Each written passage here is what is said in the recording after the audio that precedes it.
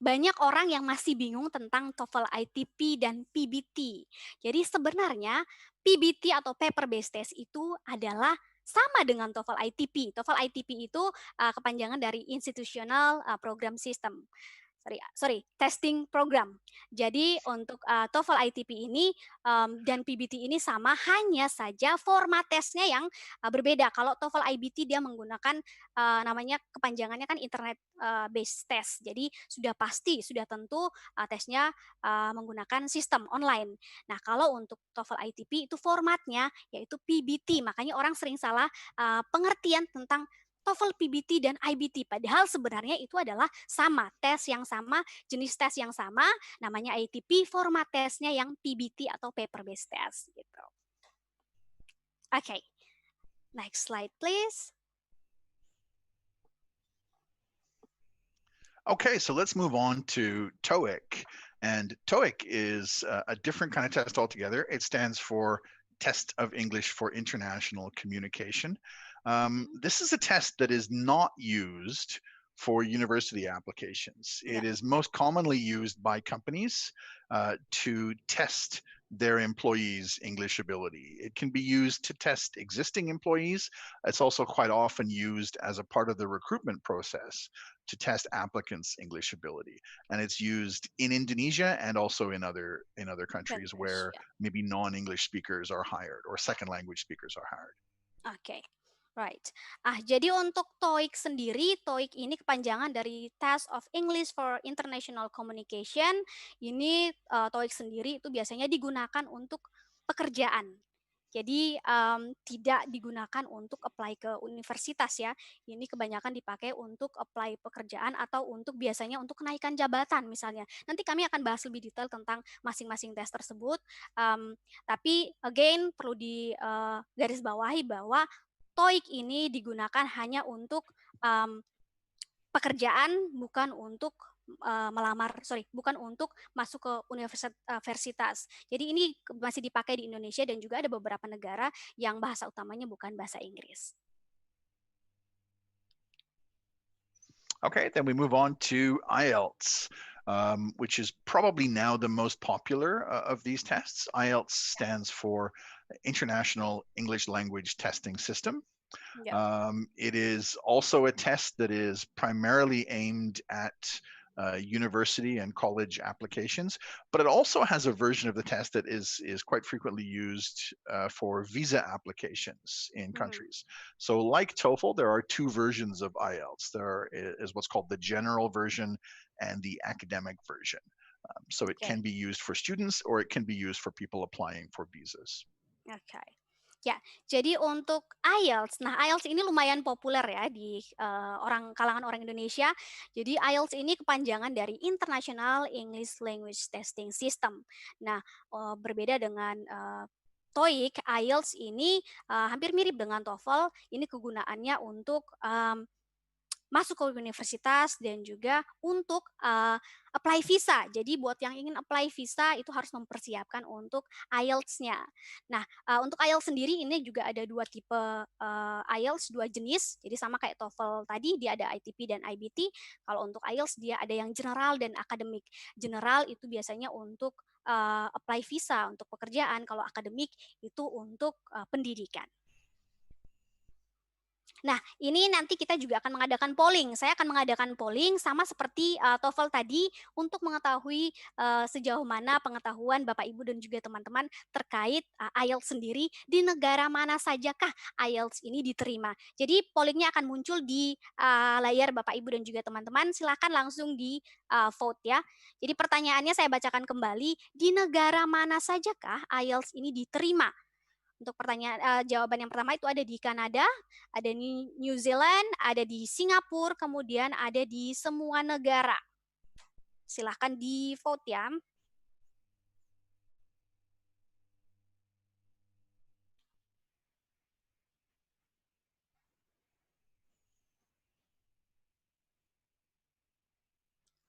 Wow, lumayan banyak ya yang sudah paham ya tentang IELTS ini ya.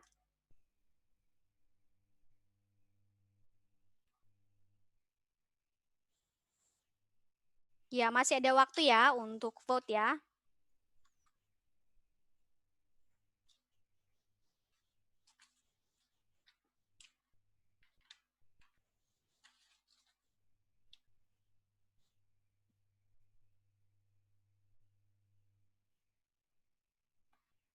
Nah, ini sudah hasil pollingnya sudah keluar.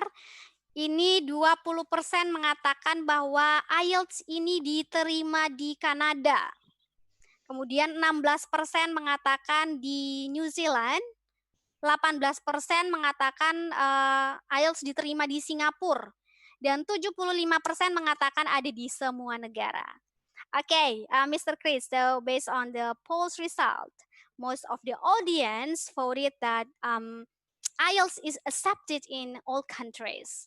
So please explain to the audience. Well, Thank you. I think our audience is very knowledgeable. I think Yes, they yes, are quite exactly. correct there.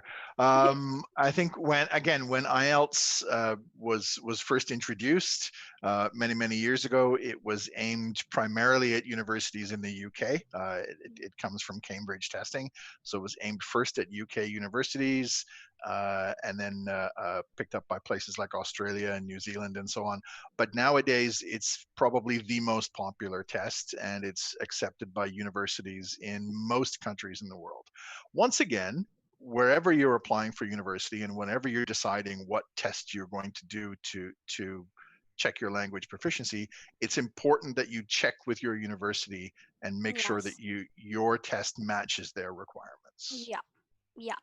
Oke, jadi Bapak Ibu dan juga teman-teman, terima kasih sudah berpartisipasi, sudah vote. Jadi, ya benar bahwa IELTS ini diterima di banyak negara, kemudian IELTS ini memang dibutuhkan untuk, masuk ke universitas, dan juga seperti yang tadi saya sebutkan di awal bahwa untuk pengajuan visa dan lain-lain, dulu sebelumnya ini IELTS ini hanya dipakai di UK dan dikeluarkan dari Cambridge, tapi sekarang sudah banyak digunakan di berbagai macam negara.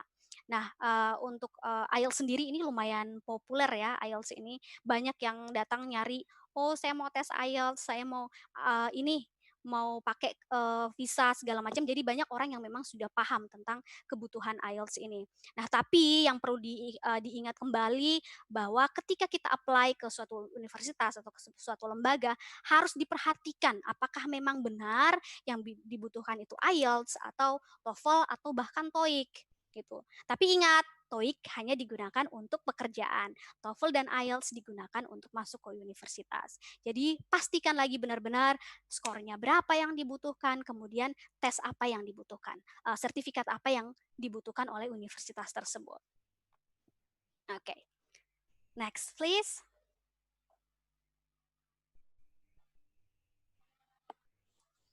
So this is just a quick description of what the Yes. TOEFL test actually is. So it is primarily a test used for university admissions. There's not really very many other purposes for it. We're talking about the TOEFL IBT here. It's an internationally recognized test. It's accepted by many universities around the world. TOEFL certificates only last for 2 years. So it's important to plan your test date to line up with your application date. You shouldn't do a TOEFL test too early, or by the time you get around to applying for universities, the test won't be valid anymore. Ya. Ya, jadi untuk TOEFL ini seperti yang sudah tadi saya infokan berulang-ulang kali bahwa digunakan untuk persyaratan untuk masuk ke universitas. Kemudian TOEFL ini juga sudah diakui secara internasional ya, diakui secara internasional untuk apply ke universitas, dan untuk sertifikatnya sendiri ini berlaku selama 2 tahun. 2 tahun saja, jadi untuk mempersiapkan untuk melakukan tes TOEFL ini mungkin harus diprediksi, benar-benar diprediksi, tidak boleh terlalu cepat juga karena ingat bahwa expirednya ini expirednya ini berlaku selama 2 tahun saja. Setelah lewat dari 2 tahun, berarti Anda harus melakukan tes lagi untuk untuk mendapatkan sertifikat dengan durasi waktu yang sama, yaitu selama 2 tahun masa berlakunya, begitu. Ya, next please. And this is just a little graphic that shows us the difference between the two major TOEFL tests, ITP and IBT. ITP is a much older test. It's the old paper-based test. And as you can see, it's very different in structure. It has a score range that runs from 310 to 677. So you can score 310 on TOEFL as long as you remember to write down your name on the answer sheet. You'll be okay. It measures three different categories: structure and written expression, which is basically grammar and vocabulary, listening comprehension, and reading comprehension. The test takes 2 hours, and the questions are slightly weighted towards listening and reading, with a little bit less emphasis on grammar and written expression. The IBT, the internet-based test, is the one that is aimed at international university applications. It's been around since about 2004. It has a score range of 0 to 120, so it's a little bit easier to understand the score range. It measures 4 skills: reading, writing, listening, and speaking. So the ITP doesn't measure speaking at all, and it doesn't measure free writing. So the IBT is a little bit more comprehensive. It's a 4-hour test. It's quite a lot longer. And the 4 sections, listening, reading, writing, and speaking, are given equal weight in the test. They are all worth 30 of the 120 points. Oke. Ya, jadi untuk TOEFL ITP dan IBT ini ada perbedaan ya, selain dari timingnya, dari durasinya, kemudian dari skornya, dan juga apa saja yang diujikan. Nah, kalau untuk TOEFL ITP sendiri, itu untuk skornya, range-nya dari 310 sampai dengan 677. Kemudian untuk TOEFL IBT, itu range skornya dari 0 sampai dengan 120. Jadi 120 adalah range tertinggi atau skor tertinggi. Kemudian yang diujikan itu adalah structure and written expression atau grammarnya, kemudian ada listening, kemudian ada reading. Sama seperti TOEFL IBT, itu juga ada reading, writing, listening. Tapi yang membedakan adalah di TOEFL ITP ini tidak memiliki speaking. Hanya ada di TOEFL IBT saja. Dan untuk durasinya, untuk waktunya, itu selama 2 jam untuk TOEFL ITP dan 4 jam untuk TOEFL IBT. Lumayan lama ya. Nah, Chris, now I want to read the question. There is a question asking about, so TOEIC is actually great for job applicant, right? Then why most of company wants TOEFL for the requirement? Well, I think that's up to the individual employers. I think that the people who run the TOEIC test would really love it if companies used TOEIC more. But I think companies recognize that TOEFL, especially IBT, is a bit more of a comprehensive test. And so therefore they ask for that one. When they're asking for ITP, sometimes it's the case that the companies are not really aware of TOEIC. So they fall back on something that they know. It's not really anything we can control. It's up to the individual companies who are setting their requirements. Ya, jadi untuk TOEIC sendiri itu sebenarnya memang dibutuhkan untuk pekerjaan karena tidak banyak lembaga atau perusahaan yang benar-benar tahu benar-benar paham TOEIC itu sebenarnya digunakan untuk apa. Jadi ada sebenarnya TOEFL ini juga memang bisa digunakan untuk pekerjaan, tetapi again balik lagi kepada perusahaannya karena ada perusahaan yang memang memakai persyaratan bahwa untuk masuk ke perusahaan tersebut itu harus menggunakan TOEFL sertifikat seperti itu. Jadi ini tergantung lagi kepada perusahaan ya. Gitu. Sebenarnya yang paling benar itu adalah sebenarnya TOEIC yang digunakan untuk pekerjaan. Selain untuk mengetahui kemampuan para pekerjanya, ini juga sebagai persyaratan untuk kenaikan jabatan biasanya. Okay, so let's talk about TOEIC a little bit. It is aimed mostly at business people and sort of white-collar employees. The idea behind TOEIC is to give companies an opportunity to test their employees and their candidates' language proficiency. There are actually two different modules in the TOEIC test. One module covers the receptive skills, listening and reading, and then there's another module that covers the productive skills of speaking and writing.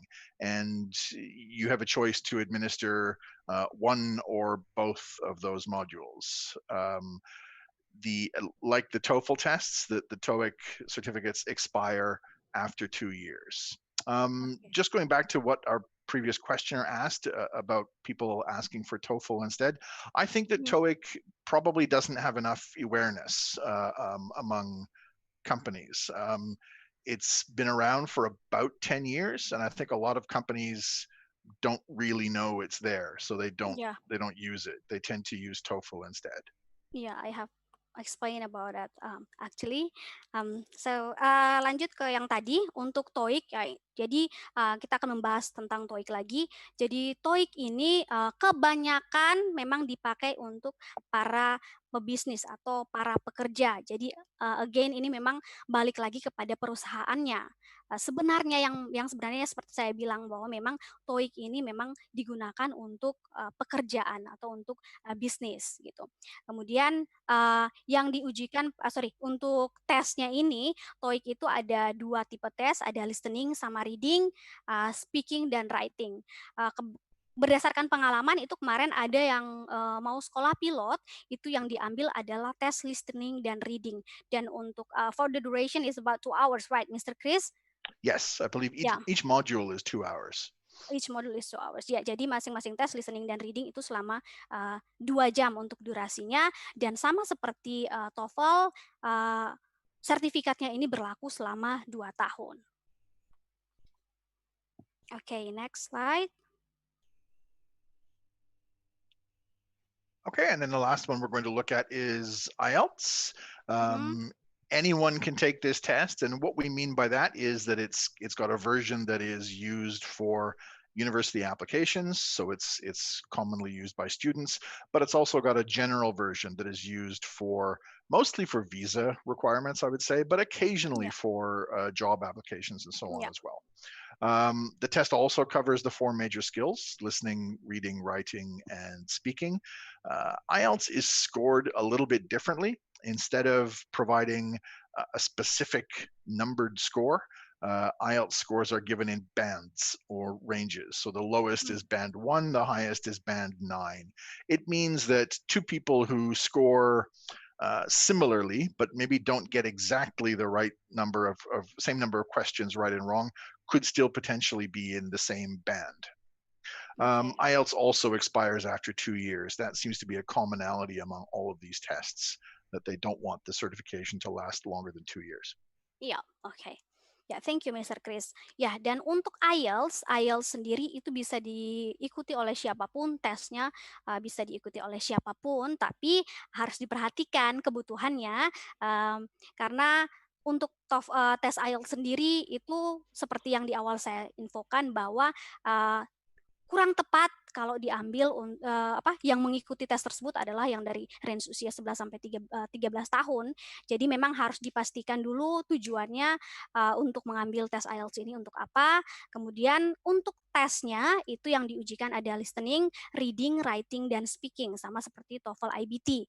Nah, kalau untuk skornya sendiri ini berbeda dengan TOEFL ITP dan TOEFL IBT.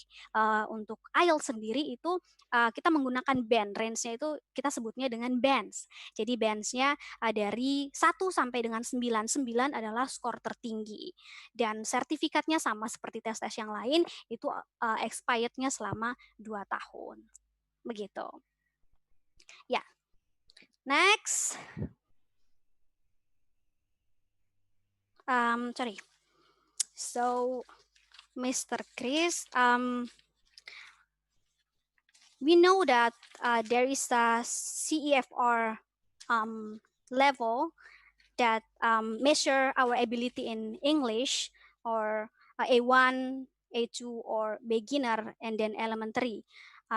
Is there any minimum level of CFR required before we take an international exams? Well, there isn't formally a specific minimum level. Just a little bit of background. CEFR stands for Common European Framework of Reference, and this is something that was developed in the European Union in the late 1950s, and it actually applies to many languages. It was originally designed to apply to all European languages, but it also applies to other languages. And it's simply a set of can-do statements and can-do standards that measure people's proficiency in a particular language. So there are 6 general levels: A1, A2, B1, B2, C1, and C2. So A1 is at the bottom, C2 is at the top. In order to take an international test, you don't have to be at any of these levels. But if you are lower than B2, so B2 being upper intermediate range, then you're not likely to score very well on a test, and it's not likely to give you a score that would meet your needs so that you would be able to apply to a university or get a job. So the short answer is no, but B2. Okay, yeah. Before I explain about CEFR, I would like to ask the audience about based on the real case that happened. Untuk Bapak Ibu dan juga teman-teman, nanti saya akan membahas tentang CFR ini. Tadi kan kita sudah membahas tentang TOEFL, IELTS, dan juga TOEIC ya. Sekarang saya ingin mengetahui sejauh mana Bapak dan Ibu juga teman-teman menyimak tadi penjelasan dari Mr. Chris. Nah, ini ada contoh kasus, ada 2 contoh kasus. Kasus yang pertama, Reza memutuskan untuk melanjutkan studinya di Australia dan mengambil master degree-nya. Untuk memenuhi kualifikasi berkomunikasinya dalam bahasa Inggris, sertifikat apakah yang dibutuhkan oleh Reza? Nah, ini bisa langsung di vote ya.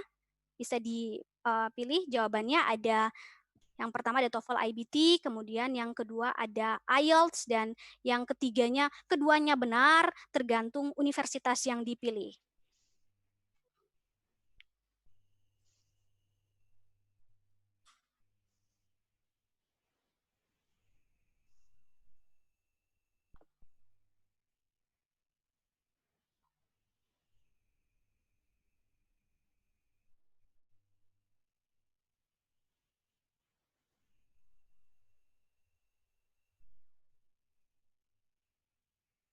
Ya,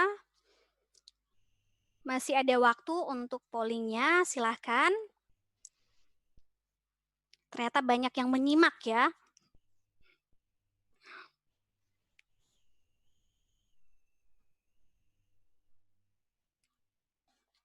Ya, masih 2 detik. Ya, oke. Pollingnya kami tutup, dan ini hasilnya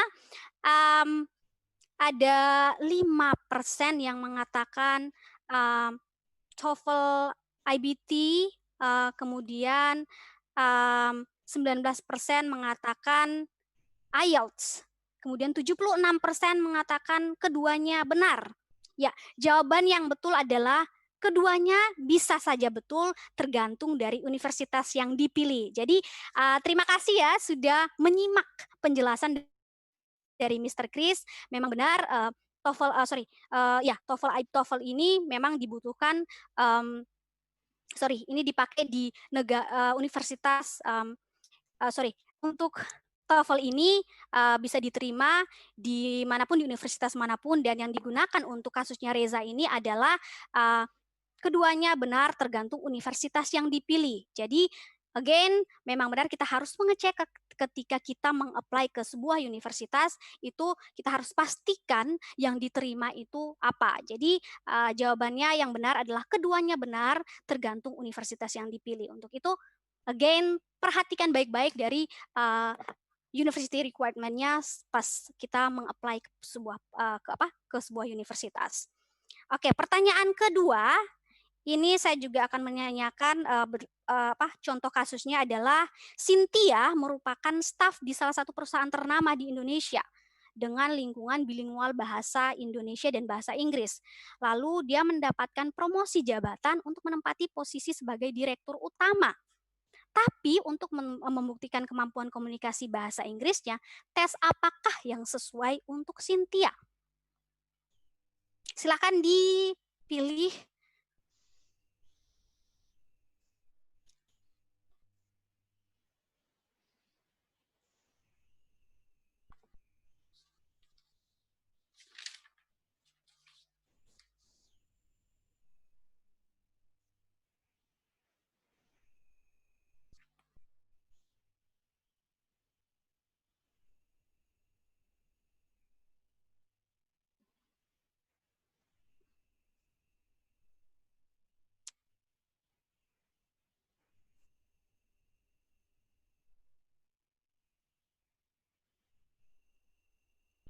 Ya, masih ada waktu untuk vote.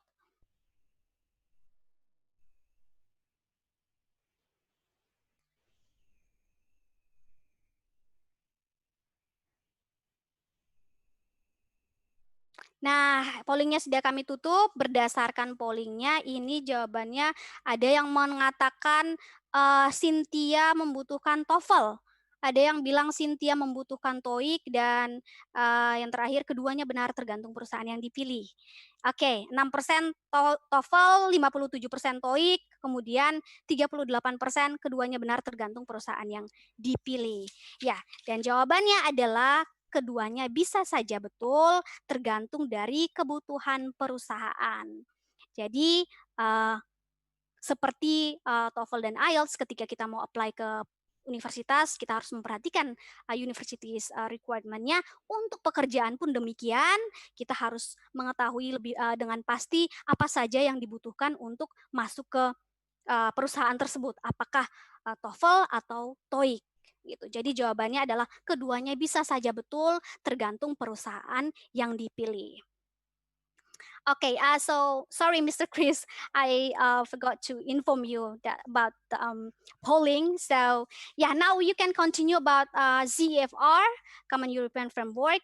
I think you have explained about it. So now this is my turn to explain to the audience about what CFR is. Ya, jadi CFR ini kepanjangan dari Common European Framework of Reference for Language, atau standar penilaian bahasa di Eropa yang sudah diakui oleh seluruh dunia. Jadi bukan untuk bahasa Inggris saja, tetapi untuk semua bahasa.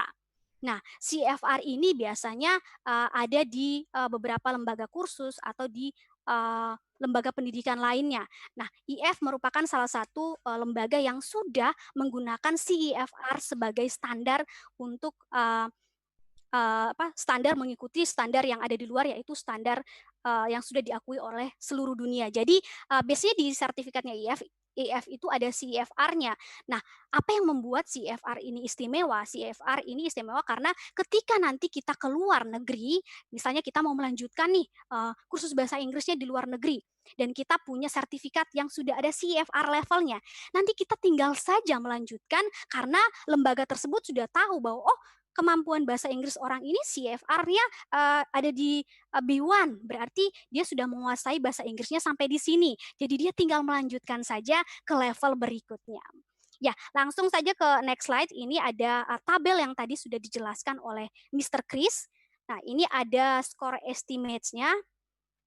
I think you have explained about this, right, Mr. Chris? Or yeah, a little bit. So just to carry on, I think I said that a minimum of B2 would be the level that you'd need to be at in order to get a good score on one of the international exams. So if you look at that TOEFL IBT estimate, it shows that people in the B2 range are more likely to score between 53 and 78. Most universities are asking for IBT scores in the high 70s or into the 80s or even higher. So B2, in fact, the upper part of B2 would be the lowest you could really be in order to get a good international exam score. I should just make it clear that these score comparisons are estimates, they're predictions, they're not guarantees that you will get these scores all lined up this way. These tests test different things. So it's data that we get from looking at many different samples of people who have done different tests, and we see what the scores look like. Right, oke, thank you Mr. Chris. Jadi seperti yang terlihat di screen Bapak Ibu dan juga teman-teman, ini CFR tabelnya menjelaskan untuk CFR levelnya ada A1 sampai C2, kemudian ya, kalau di-compare ke TOEFL ITP, TOEFL IBT, dan TOEIC, kira-kira skornya kita ada di mana. Tapi saya ingin menegaskan bahwa ini hanyalah estimasi atau hanyalah prediksi, jadi tidak pasti tidak pasti harus mengikuti ini gitu. Jadi ini bukan patokan ya, ini hanya prediksi. Jadi kalau dilihat contohnya ini mungkin kita mulai dari yang atas, kalau A1 misalnya, A1 itu berarti kemungkinan skor TOEFL kita ada di sekitaran 333 sampai 393, kemudian TOEFL IBT kita di 19 sampai 29, itu masih rendah karena level A1 ini adalah level pemula. Kemudian, nah standarnya lebih bagus kalau kita ada di B2 misalnya untuk apply ke universitas. Itu standar yang diminta untuk TOEFL IBT itu adalah minimum sekali 70-an. Jadi kalau B2 kita compare to TOEFL ITP, TOEFL IBT, dan TOEIC, kalau kemampuan bahasa Inggris kita sudah di B2 atau upper intermediate, maka kemungkinan TOEFL ITP kita di range antara 474 sampai 547 untuk skornya, dan TOEFL IBT untuk 53 sampai 78, kemudian TOEIC 501 sampai 600. Tapi again, saya mau tegaskan berkali-kali bahwa ini hanyalah prediksi. Jadi tidak boleh berpatokan pada ini karena ini balik lagi kepada kemampuan masing-masing orang. Okay, so Mr. Chris, this is for the IELTS, right, Mr. Chris? Yeah, that's just a quick look Yeah. at how the CEFR ranges match up against IELTS. So again, you can see that B2 kind of matches up with IELTS band 5.5 to 6.5. And, you know, typically band 6.5 is kind of the lower end of what universities are asking for language proficiency. Ya, jadi kalau dilihat untuk CFR compares dari CFR ke IELTS, dilihat itu untuk B2-nya atau untuk upper intermediate-nya itu skornya dari 5,5 sampai 6,5. Nah, biasanya universitas itu mempunyai standar minimum sekali itu dari 5,5 sampai 5,5 ke atas untuk standar memasuki universitas itu. Kebanyakan memang 5,5 sampai 6,5 untuk minimumnya. Seperti itu. Okay, so again, Mr. Chris, based on the CFR level, now we know that the result will show us are we strong enough to take the international exam test, or we still need some improvement for our English proficiency. If we have good language proficiency but still feel too young to take the test, what do you suggest? Well, I think if you are too young to take the test, then you can continue to build your language proficiency through other products. EF has plenty of products for younger learners before they are at the age where they need to take an international exam preparation course. IEP classes, exam preparation classes, should be taken by people who are kind of maybe 4 to 6 months before they are going to do their actual exam. So if you are much younger than that, then there are other courses that you can take. Okay. Did you want to translate that? Yes. Oke, jadi untuk TOEFL sendiri kan tadi saya bertanya kepada Mr. Chris nih. Nah, dari hasil CFR akhirnya kita tahu nih kemampuan bahasa Inggris kita. Terus seandainya kalau misalnya bahasa Inggrisnya sudah bagus tapi usianya masih terlalu dini untuk mengikuti tes tersebut, kira-kira sudah bisa belum untuk ngambil tes tersebut?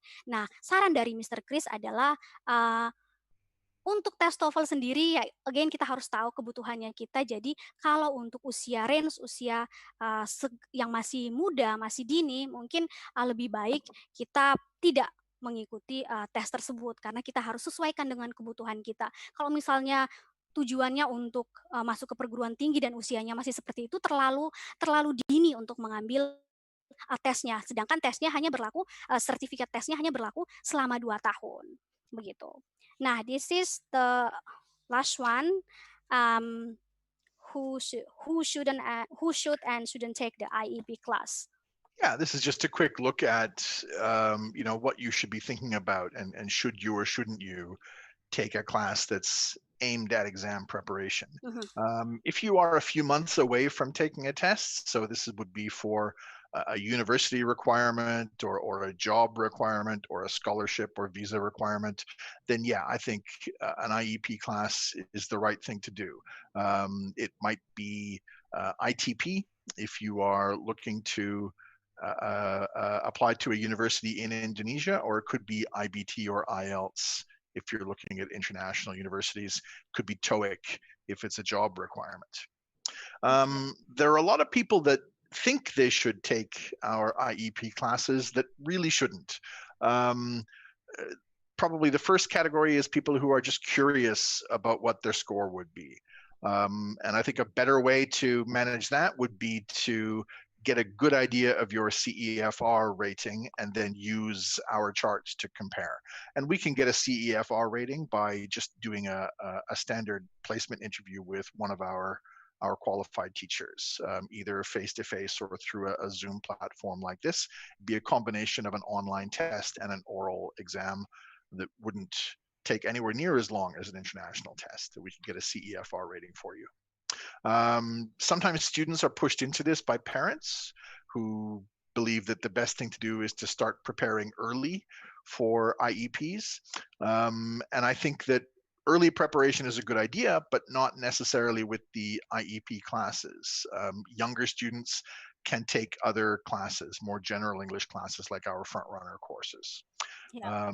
People who are just looking for a challenge, again, I think a more general course is more useful for people who just want to challenge themselves, or who people who just generally want to improve their skills. Ya. Oke.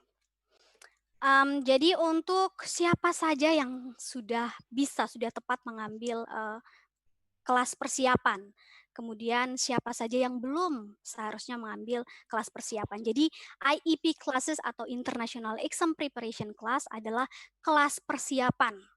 Kenapa kita butuh kelas persiapan? Jadi kelas persiapan ini bertujuan untuk mempersiapkan diri kita untuk mencapai target skor yang kita inginkan. Jika kita pengennya TOEFL skornya kita 500, berarti kita harus mempersiapkan diri, salah satunya dengan mengambil kelas preparation. Nah, untuk yang mengambil preparation itu adalah orang-orang yang biasanya akan meng-apply untuk masuk ke universitas, kemudian untuk pekerjaan, dan juga untuk beasiswa. Nah, itu dia kenapa dibutuhkan kelas persiapan, dan harus diperhatikan untuk timingnya kapan waktu yang tepat kita perlu mengambil kelas persiapan. Karena ada beberapa case yang ini real case ya, ada orang yang dia mau tes TOEFL itu misalnya ini sekarang bulan Juli ya, dia mau tesnya bulan Agustus misalnya. Terus datang ke IF. Ini saya ambil contoh di IF ya. Jadi datang dan minta, "Miss, saya mau ikut kelas preparation untuk tes TOEFL," misalnya. Dan kita akan tanyakan, "Kira-kira kapan waktunya untuk tes TOEFL?" Nah, jawabannya adalah, "Bulan depan, Miss, saya harus tes TOEFL." Sedangkan waktunya itu sangat mepet. Bayangkan dari bulan Juli, terus tesnya bulan Agustus pertengahan misalnya. Nah, waktu yang diperlukan itu kira-kira berapa lama? Cuman dikit, mepet banget kan. Jadi memang perlu dipersiapkan secara matang, karena apapun yang kita persiapkan secara mendadak pasti hasilnya tidak akan bagus. Untuk itu kelas persiapan ini harus diambil jauh-jauh hari, minimum 6 bulan lah sebelum kita mengambil tesnya gitu. Jadi persiapkan dirimu dengan benar-benar matang untuk mencapai target skor sesuai dengan kebutuhan begitu. Nah, siapa saja yang sebenarnya belum cocok untuk mengambil kelas preparation ini? Nah, itu untuk yang penasaran nih, "Oh, aku pengen tahu nih apa skor TOEFL-ku seperti apa, jadi aku mau ngambil kelas preparation." Kira-kira sudah tepat? Jadi jawabannya memang belum, karena kalau memang mau tahu untuk skor TOEFL-nya, kenapa nggak langsung ikut tesnya saja? Gitu. Nanti setelah tes tahu, oh ternyata skornya aku segini nih, terus aku ternyata pengen punya rencana mau lanjut kuliah ke sini, tapi skorku ternyata masih segini, masih di 400, yang aku butuhkan 500. Berarti Anda perlu mengambil kelas persiapan. Nah, dari situ baru dipikirkan matang-matang bahwa, oh dari hasil tes saya dapatnya segini, target saya segini, berarti saya butuh kelas persiapan. Seperti itu. Kemudian, next slide-nya. Nah, kemudian yang didorong oleh orang tua. Ada kan orang tua yang memaksakan bahwa anaknya, oke, saya mau anak saya tes TOEFL karena saya pengen tahu bahasa Inggrisnya dia seperti apa. Seperti contoh kasus pertama yang saya sebutkan di awal tadi. Sedangkan usianya masih 11 sampai 13 tahun contohnya. Nah, sebenarnya itu perlu diperhatikan ya. Jadi Bapak Ibu dan juga Bapak Ibu yang khususnya Bapak Ibu ya yang hadir di seminar hari ini perlu diperhatikan bahwa TOEFL test, IELTS atau TOEIC test itu bukan untuk usia, tidak tepat rasanya untuk usia yang masih segitu. Jadi kelas persiapan ini sebenarnya belum dibutuhkan. Akan lebih bagus kalau anak-anak mungkin dialihkan ke kelas general, seperti frontrunner misalnya, untuk persiapan dulu, nanti ketika sudah tahu pasti tujuannya, baru bisa masuk kelas persiapan gitu. Karena berbeda dengan kelas general, kelas persiapan ini lebih spesifik, lebih fokus mempersiapkan orang untuk ikut tes gitu. Jadi bukan untuk sekedar tahu, oh aku pengen bisa bahasa Inggris, aku pengen tahu ini gimana cara pengucapannya. Itu kurang tepat kalau masuk kelas preparation. Karena kelas preparation sekali lagi itu kelas yang fokus untuk tes-tes internasional tadi seperti TOEFL, IELTS, dan juga TOEIC. Kemudian ada yang, oh saya mau, karena saya orangnya suka tantangan, jadi saya pengen ikut nih kelas preparation. Kak, kalau mau tantangan bukan di kelas persiapan. Kalau kelas persiapan ini kan kita sudah harus tahu dulu tujuan kita, baru kita ngambil kelas persiapan. Jadi kalau memang cuma mau cari tantangan, mungkin saya lebih menyarankan untuk ngambil kelas ini regular seperti frontrunner dan lainnya gitu. Nanti kalau sudah tahu pasti tujuannya, baru deh join kelas preparation. Dan yang terakhir itu dia yang untuk improve bahasa Inggrisnya. Kalau improve bahasa Inggris, again tidak bisa belum pas kalau ngambil kelas preparation karena kelasnya ini akan lebih fokus. Kalau mau sekedar improve bahasa Inggrisnya, itu bisa ambil kelas general seperti itu. Okay, so Mr. Chris, before we are going to Q&A, this is a common question from the survey that we did before. Is there any tips and trick for the participant to get a higher score for each test? Wow. There are a lot of little things that you can do. I think probably the most important is once you know which test you're going to take, you should really get into studying the question types for that test. So you should look at what the previous questions have been, what the format of the questions is, so you're not surprised by the questions when they come up on the test. All of these tests provide mock tests and practice tests, so you can go through them again and again. You can see the type of questions that are asked, and you can prepare for those types of questions. They really don't change very much from one session to the next. They change the content, but they don't change the form. So it's a good thing to get used to that form, and then you know what's coming. In terms of improving the quality of your answers altogether, there are things you can do in each skill. Most of them involve exposing yourself to more authentic language as opposed to scripted language. So if you are trying to improve your reading and your listening, you should be reading news broadcasts and websites that are sort of live reports as opposed to scripted things. If you're listening, you should be listening to live interviews and podcasts rather than TV drama or radio drama, that sort of thing. Yeah. To improve speaking, it's a matter of speaking to as many people as possible and getting a chance to express yourself and hear other ideas. And the more practice you do using authentic language, then the more natural it will become. Okay, thank you Mr. Chris. Ya, jadi tadi saya menanyakan kepada Mr. Chris tentang tips dan trik bagaimana mendapatkan skor yang bagus untuk masing-masing tes. Nah, pertama menurut Mr. Chris harus dipastikan dulu nih kita mau ngambil tes apa gitu. Kemudian mungkin harus lebih banyak latihan ya. Kan biasanya ada tuh ada tes-tes yang ada pretest gratis biasanya. Nah, itu mungkin kita bisa coba dulu dari situ. Kemudian kalau untuk mau fokus ke speaking-nya misalnya, nah itu kita harus lebih banyak ngobrol, harus lebih banyak bicara. Mungkin sama orang-orang sekitar, orang-orang terdekat, mulai dari rumah, ajak papa, mama, atau kakak, atau adik, ayo kita mulai bahasa Inggris dong, aku pengen praktis nih bahasa Inggrisku, gitu. Soalnya aku nanti mau ada tes nih, gitu. Atau kalau untuk reading misalnya, reading harus lebih banyak baca, lebih banyak baca buku mungkin, kemudian nah, yang paling penting itu jangan jangan baca dari misalnya kayak kita nonton drama terus muncul ininya, kalau bisa sih jangan dari situ ya. Lebih bagus kalau bacanya itu di lewat ini newspaper misalnya gitu. Jadi untuk membantu kita dalam ini juga dalam kosakatanya, kemudian dalam grammarnya juga.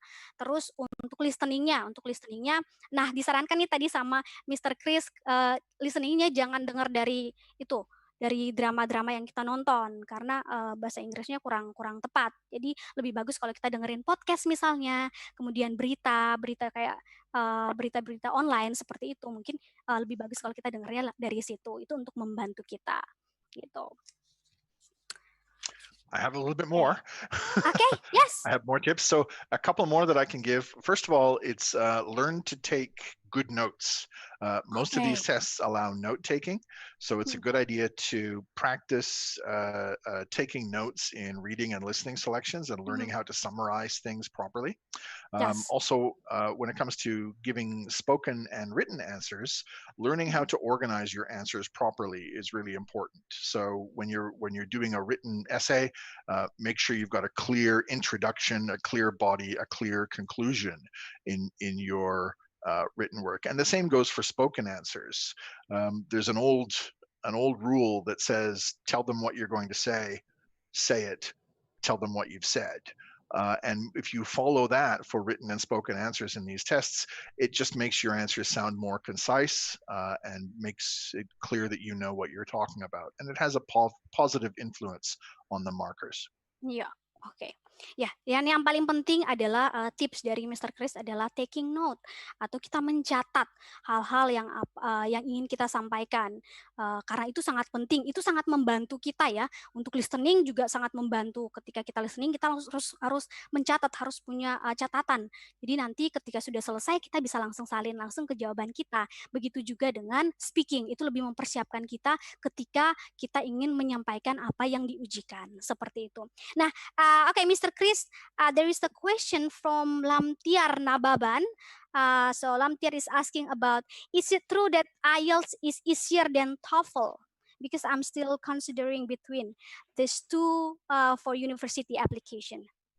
I saw that question come up. I Okay. don't necessarily think that is true. I think it really depends on the individual. IBT and IELTS are quite different in one key respect. In an IBT exam, when you're doing the spoken section, everything is recorded. So you hear a program giving you the writing and listening information, and then you speak into a microphone. Your answer is recorded and then graded later by people who are listening to the recording. In an IELTS exam, you are typically dealing with a live examiner who you are interacting with, either in person in the same room, or maybe now in the COVID world, maybe it's going to be in an online platform like this, but it's a live interaction. So those are very different, and people react to those differently. Some people find dealing with a live examiner easier, and maybe that is more forgiving. And some people actually get really nervous when there's a person there with them. And so they prefer to have the recording and doing it that way. It's really up to the personality.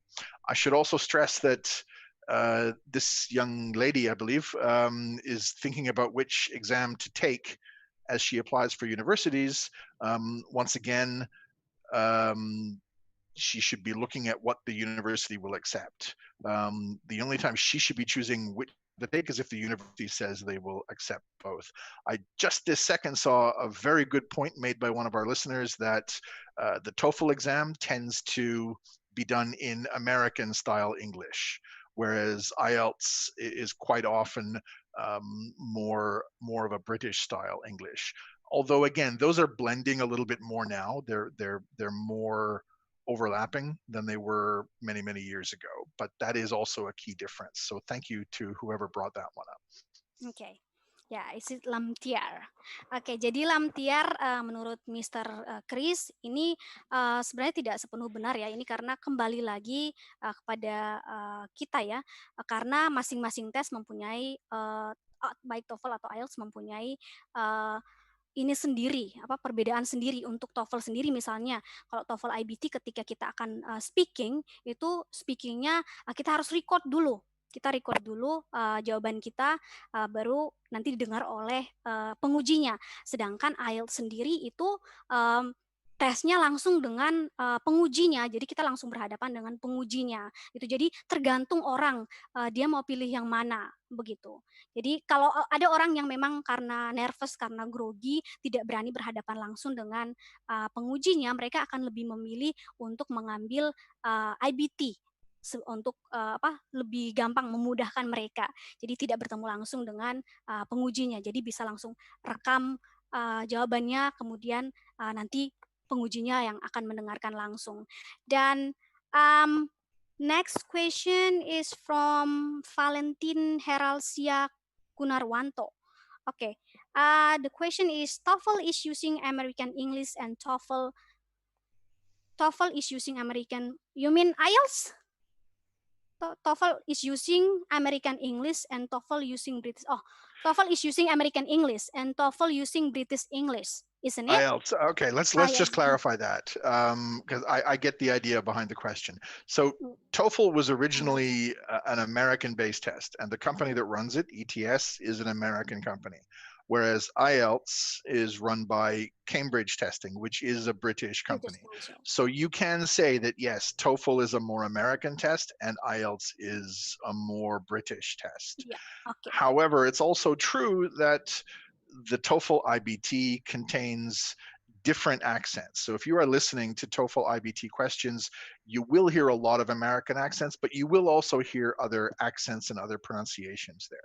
The same goes for IELTS examiners.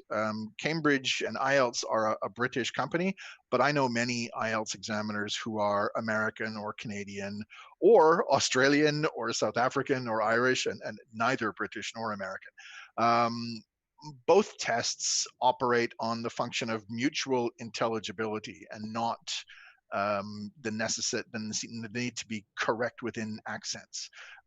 If you speak with one accent or another, or use one phrase or another, as long as your meaning is understood, you will be fine. You're not going to be penalized for saying lift instead of elevator, or boot instead of trunk, or that sort of thing. Iya, jadi ini untuk Valentin, tadi pertanyaannya adalah TOEFL digunakan di Amerika, kemudian IELTS digunakan di British English ya. Jadi sebenarnya TOEFL ini dikeluarkan oleh dari Amerika, yaitu ETS. Kemudian IELTS sendiri ini base-nya di Cambridge, yang mengeluarkan adalah British Council. Jadi memang TOEFL, tapi sekarang ini sudah bisa digunakan, baik TOEFL atau IELTS pun sudah bisa digunakan di negara mana saja. Jadi tidak harus berpatokan, karena dia yang mengeluarkan Amerika, jadi untuk Amerika. Kemudian IELTS untuk untuk British, jadi dia khusus untuk British saja. Jadi sekarang pun sudah diterima di manapun. Nah, yang terakhir ini buat siapapun yang ingin bertanya, jika ingin bertanya langsung kepada Mr. Chris juga boleh, bisa langsung di unmute saja, langsung bisa tanyakan ke Mr. Chris langsung ya. Oke, ada yang ingin bertanya langsung kepada Mr. Chris, boleh ya?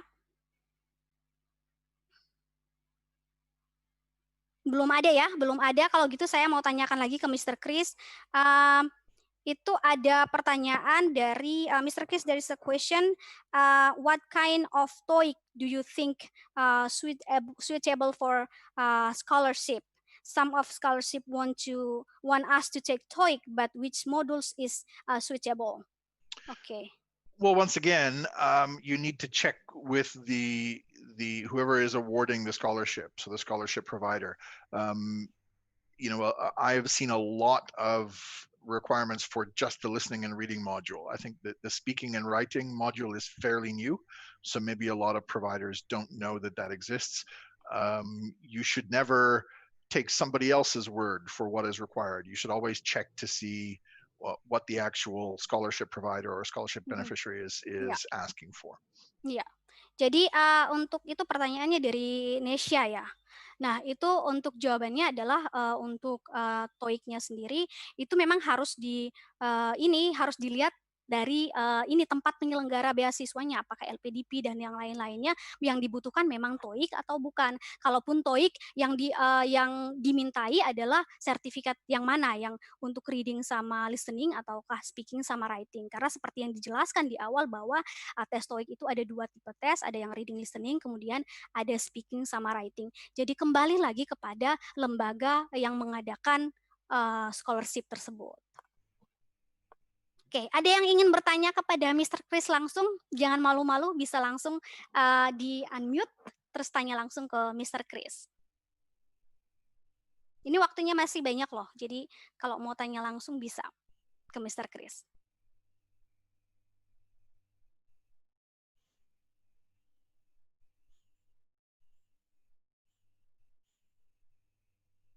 Oke, ada Rohiman. Rohiman ingin bertanya kepada Mr. Chris. Rohiman would like to ask you a question, Mr. Chris. Ya, please untuk Rohiman bisa langsung bertanya kepada Mr. Chris.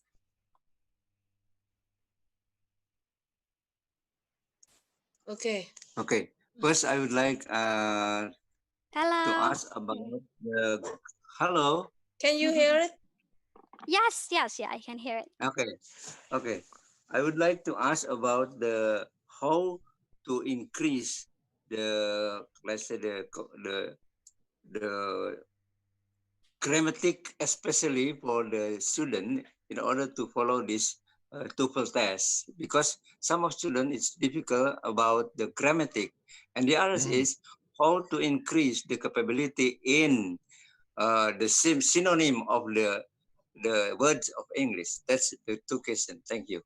Okay, great. Thank you, Mr. Rohiman. So how do we improve grammar proficiency, and how do we improve people's use of synonyms? In the case of grammar, there are a few ways to really do this. I think the first is probably read a lot and get used to how professional writers are using grammar.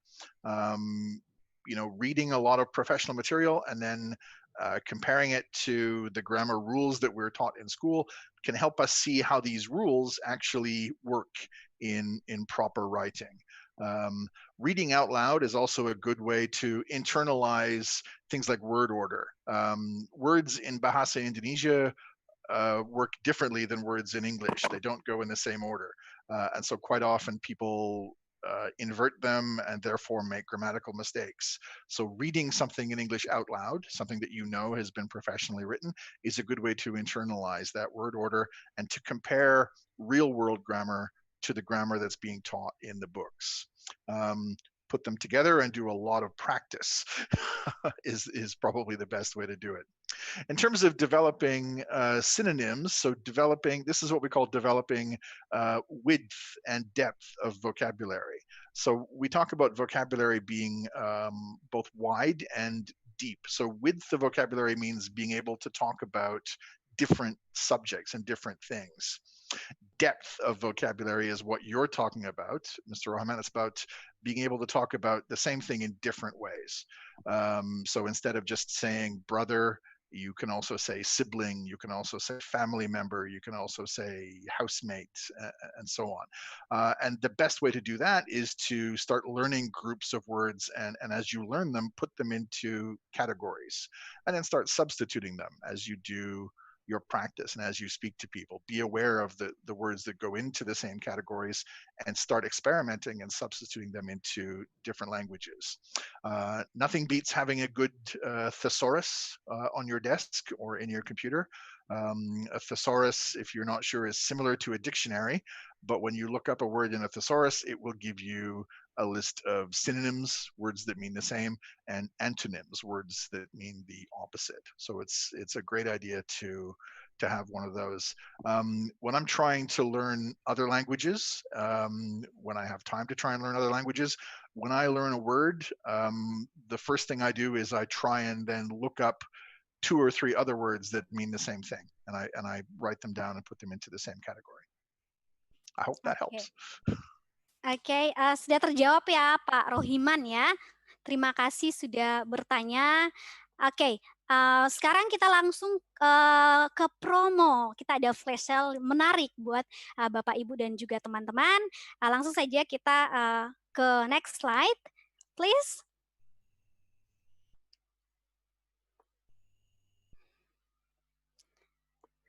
Nah, ini kita ada promo diskon tambahan sebesar 500.000 untuk 5 orang. Jadi terbatas hanya untuk 5 orang yang beruntung. Nah, ini untuk diskonnya dapat digabungkan dengan program diskon yang sudah ada, dan untuk tambahan diskon 500.000 ini berlaku untuk semua program. Jadi program general maupun program exam preparation atau kelas persiapan ini ada diskon tambahan. Kebetulan kita juga punya promo diskon. Nah, ini ditambah lagi dengan diskon 500.000, lumayan banget kan ya. Jadi untuk Bapak Ibu dan juga teman-teman yang ingin mendapatkan diskon tambahan sebesar Rp500.000 bisa langsung hubungi ke nomor telepon yang tersedia, yaitu di 0822 2000. Oke, again, untuk mendapatkan diskon tambahan sebesar 500.000 ini hanya untuk 5 orang yang beruntung, khusus untuk hari ini saja ya, khusus untuk hari ini, karena berikutnya sudah tidak ada promo lagi. Jadi buat yang ingin mendaftarkan diri dimanapun berada, karena kita sekarang juga kelasnya online, jadi bisa langsung mendaftarkan diri dengan menghubungi nomor yang tertera, yaitu di 0822 2000 1000. Nah, oke, Bapak Ibu dan juga teman-teman, terima kasih banyak sudah bergabung bersama kami. Sekarang kita sudah tahu ya apa itu TOEFL, kemudian apa itu IELTS, apa itu TOEIC, kegunaannya untuk apa, kapan waktu yang tepat kita untuk mempersiapkan diri, baik mengambil kelas persiapannya atau kapan waktu untuk mengambil tes tersebut. Kemudian untuk Bapak Ibu dan juga teman-teman bisa melakukan survei. Nanti kami akan meminta untuk melakukan survei. Surveinya nanti bisa ada juga di di grup chat, bisa langsung di copy aja dari situ. Jadi bisa melakukan survei online di link yang tersedia. Nanti di survei tersebut Bapak Ibu dan juga teman-teman, jika masih ingin menyampaikan pertanyaannya seputar topik hari ini, itu bisa langsung lewat survei yang tersedia. Nah, itu surveinya sudah ada di post sama Kak Farid. Jadi itu bisa langsung di copy untuk linknya, langsung bisa masuk ke linknya dan langsung melakukan surveinya. Sudah ya. Kemudian untuk berikutnya, jika next slide please. Nah, untuk kita nanti akan ada seminar lagi tentang tips dan trik untuk mengikuti tes tersebut, untuk mempersiapkan diri mengikuti tes tersebut, atau tips dan trik bagaimana caranya melakukan tes-tes yang tadi. Nah, itu untuk yang ingin mengikuti seminarnya bisa langsung ikut seminarnya dengan cara, itu ada linknya yang tersedia di sana, bisa langsung daftarkan diri Bapak Ibu dan juga teman-teman lewat link yang tersedia. Ini linknya juga nanti akan kami post di grup chat. Jadi bisa langsung masuk saja ke linknya dan daftarkan diri Bapak Ibu dan juga teman-teman sekalian.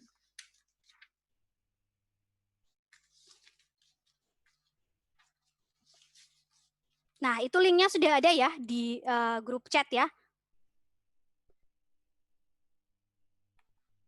Nah, untuk next seminar itu ada untuk orang tua ini. Sebenarnya kalau yang memang pengen ikut seminarnya, ini adalah A Parent's Guide to Survive the Teen Years. Nah, ini juga acaranya gratis, jadi bisa diikuti oleh siapapun, sebenarnya lebih bagus untuk Bapak Ibu juga untuk mengikuti mengikuti seminar ini. Seminarnya ini nanti juga dilakukan lewat Zoom pada tanggal 18 Juli pukul 10 waktu Indonesia Barat. Jadi yang ingin mengikuti seminar ini bisa langsung daftarkan dirinya lewat link yang sudah tersedia. Oke, nanti juga linknya seperti yang tadi sebelumnya, ini linknya juga akan kita post di grup chat.